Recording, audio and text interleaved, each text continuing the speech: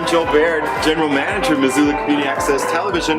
We're here at a carousel for Missoula, and we're here with Jess Coulter, Director of Operations. Jess, thanks so much for taking the time. Absolutely, thanks for visiting. Oh, it's great to be here. This is such a wonderful fixture in Missoula. Could you tell people a little bit about its history, its origins, how it came to be built? Absolutely. So the carousel opened in 1995 after about 7 years of volunteer work to get it all together. It was the first fully hand-carved carousel built since the Great Depression and was built entirely by volunteers here in Missoula. It's like, who had the idea for it? Someone that saw one in another town? Yeah, absolutely. So Chuck Capridge was riding the carousel in Spokane with his wife and saw that they had this beautiful carousel and the horses were hand-carved, and he decided that he wanted one for his living room. And so he called a carousel historian named Fred Freed and said, "Fred, how can I get a carousel horse for my living room?" And Fred said, "It's vultures like you who are causing the demise of the American carousel. You want a carousel horse? Carve it yourself." And he hung up the phone. Oh my gosh, so he was inspired. He just wanted not an entire carousel in his living room, but one horse. Yes, he just wanted one horse, and he decided, okay, I will carve one, and his wife gave him a set of carving tools for Christmas, and he says he bludgeoned our first pony out of the wood because no one told him he needed to sharpen his tools. So Zonta was our very first pony. She's one of our smaller ponies and rides on the inside.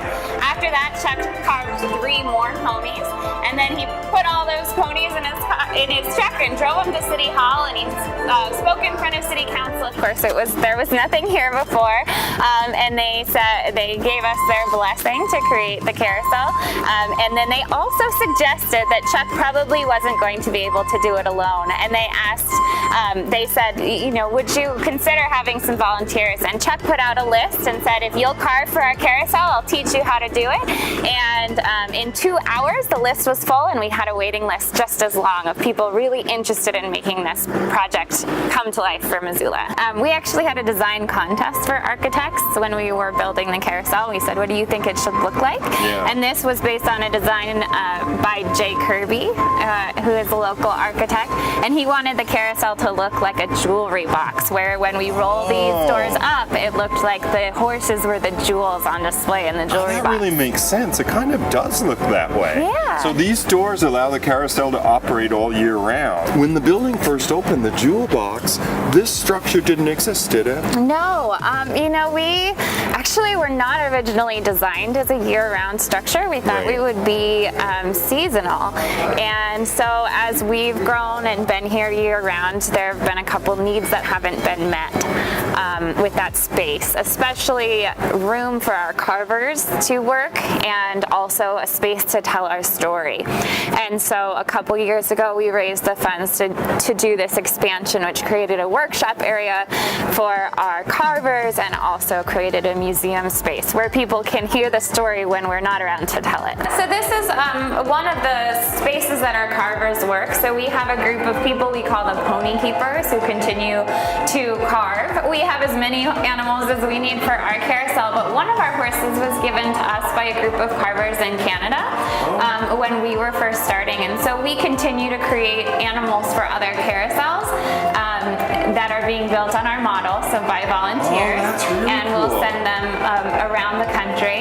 And then also our pony keepers work on other projects for auctions, or you can commission a piece to be done. So our band organ is the largest band organ in continuous use in the United States, and it plays year-round, and it has little tiny tubes and big ones, and creates some great music. And we were able to offer some of those songs for adoption when we were opening. That's one of the ways we raised money. We are open year-round except for those 12 days in January.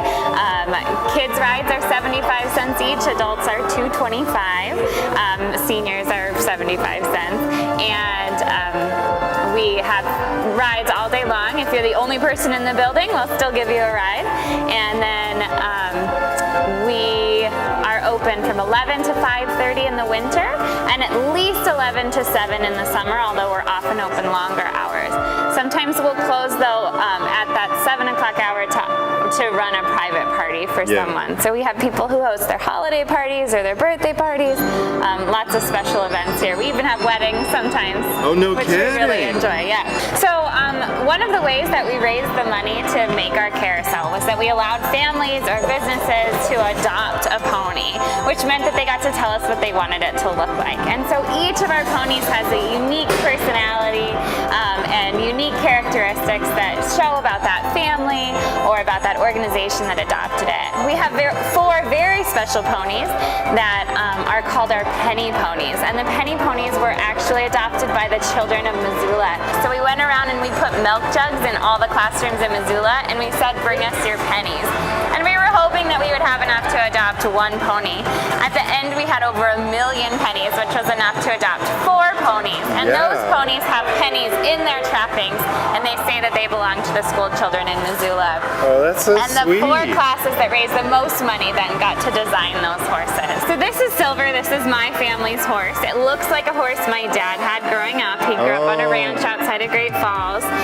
And it has 3 J's on the saddle from Jess, Jason, and Jamie. That's me and my brothers.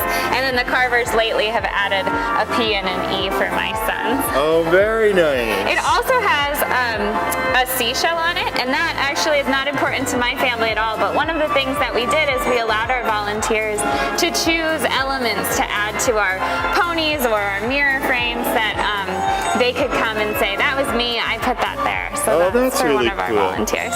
This is our museum space. It's still a work in progress, but it kind of tells the story of the carousel, tells about Chuck's beginning, and how our volunteers work together to create this great space.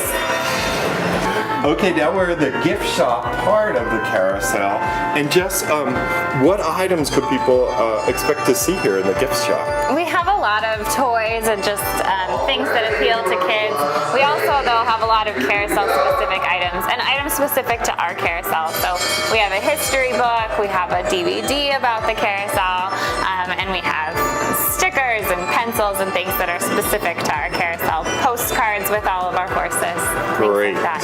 Good. Well, Jess, thanks so much for the tour. One of the items you could buy in the Carousel gift shop is a DVD history, right, of the making of the carousel. Yes, we made a DVD with MCAT a number of years ago that really has a lot of interviews, really interesting information from some of the volunteers who were part of its creation. So really a gem to have.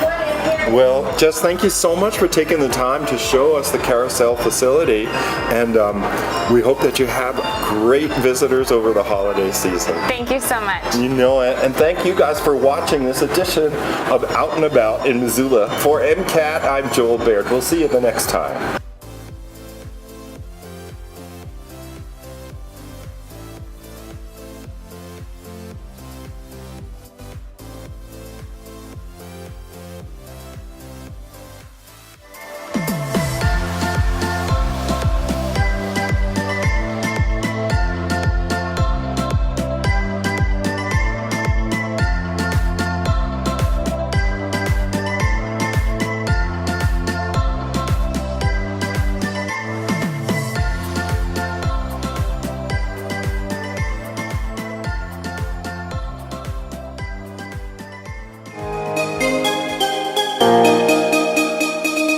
Well, I'm Mike Steinberg. I'm the executive director of the Roxy Theater. Yeah, thanks for having us over to your place. Absolutely. Thanks for stopping by. So where are we? So- I feel like we're in a roadside attraction. Yeah. So the Peas Farm, where we're standing right now, is a partnership between the nonprofit Garden City Harvest and the Environmental Studies program at the University of Montana. The Roxy is a nonprofit movie theater here in Missoula.